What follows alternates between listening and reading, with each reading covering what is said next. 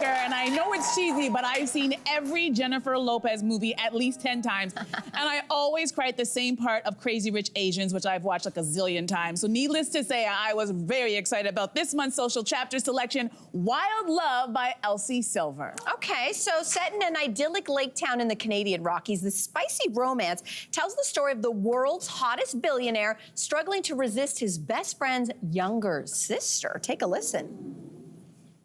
"What are you doing here?" she asks.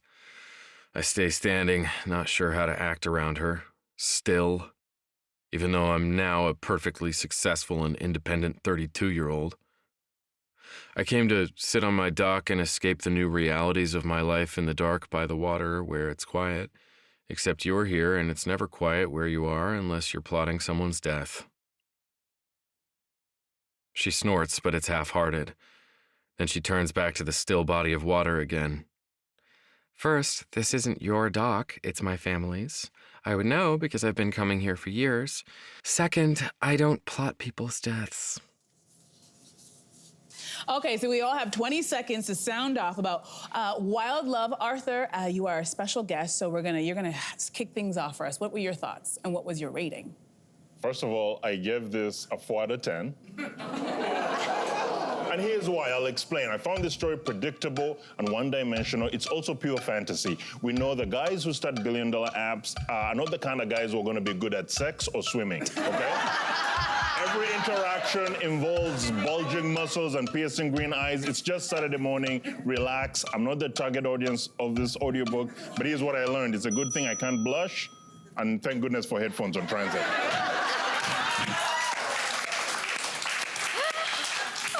Awesome. What about you, Mel? Oh, well, that was great, and thank you for asking. Okay, so I gave this book a 5 out of 10, and here is why. Hey, Wild Love, the 1998 rom-com's called, they want their storyline back. The plot didn't have the complexity, character development, introspection, nuance, or messiness that we have come to expect from storylines today. Every plot line, every conflict was explained away so conveniently that it was insulting to me as a listener. I gave it a weak 5 just for the sex scenes, and even that was formulaic and never quite took me all the way. Ooh.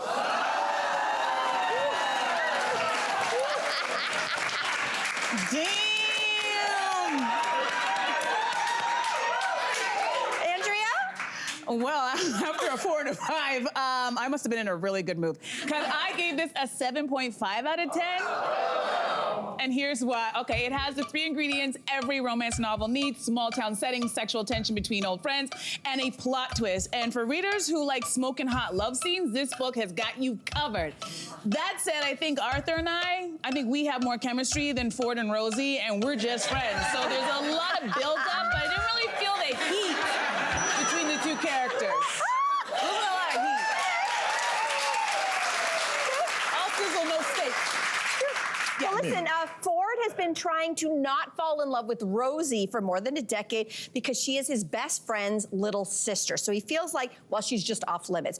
So the question is a best friend's sibling always off limits? Andrea? This is a very interesting one. I say they're off limits, but with this one caveat. If you know that this is the love of your life and you're going to marry this person immediately, you can have a go at one of my siblings. But if this is a fling, you keep it moving. You cannot have a fling because you'll ruin the friendship. You'll ruin everything. it all. Right? Destroys everything. So yeah. I don't think they should be off limits. I think it's all within context. Age gaps matter, relationship between siblings matter, power dynamics. Like for me, I have 3 older sisters and none of their friends wanted to date me. You know, like, even though I used to dress up in a tuxedo when they would come over, I was 13 years old and 18-year-olds didn't want to date me. I couldn't understand why. Hilarious.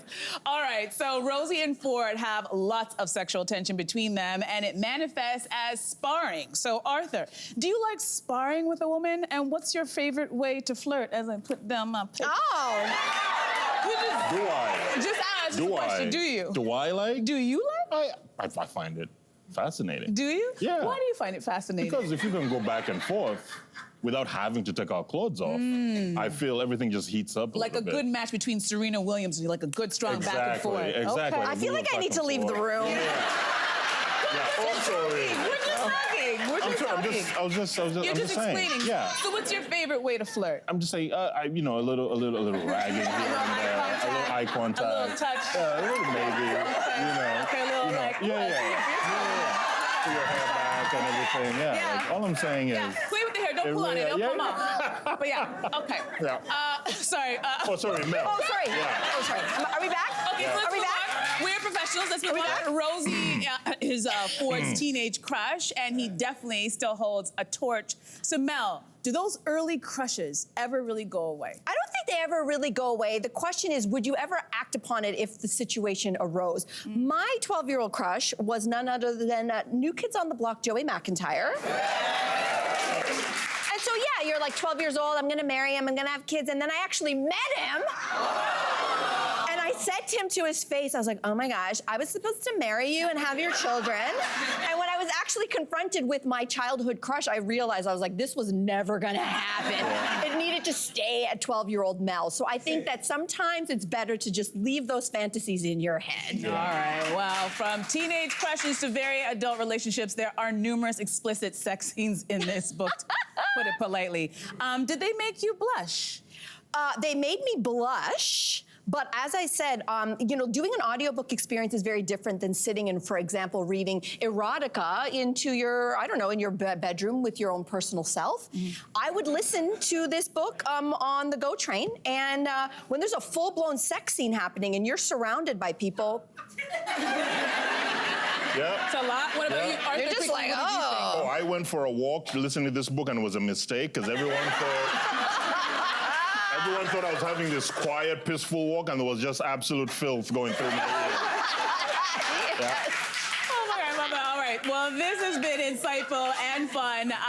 And good news, you can join me and Arthur on Instagram Live today at 4:30 Eastern to continue this very juicy, flirtatious conversation. Yes, including whether we've ever lusted after someone we shouldn't have and who our teenage diary entries were about. Okay, Ooh, so all the tea. For now, though, it is time for the big reveal. We are going to reveal our next social chapter selection. So drum roll, please.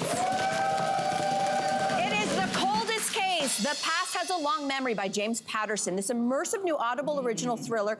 It stars Breaking Bad's Aaron Paul and Kristen Ritter as detective siblings. They're investigating a string of homicides rocking Chicago when their father is kidnapped. Now get this, dark secrets from his past emerge that may link him to the murders they're trying to solve. Dun, dun, dun. Ooh, how's that for a dramatic tease? We like that one, right? Yeah. Good. All right, make sure to head to audible.ca so you can listen along with us.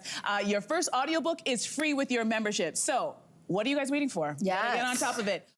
Hey there, what did you think? Drop your comments below and join the conversation. And don't forget to like and subscribe so you can find more on everything from food and fashion to pop culture and current events. See you soon.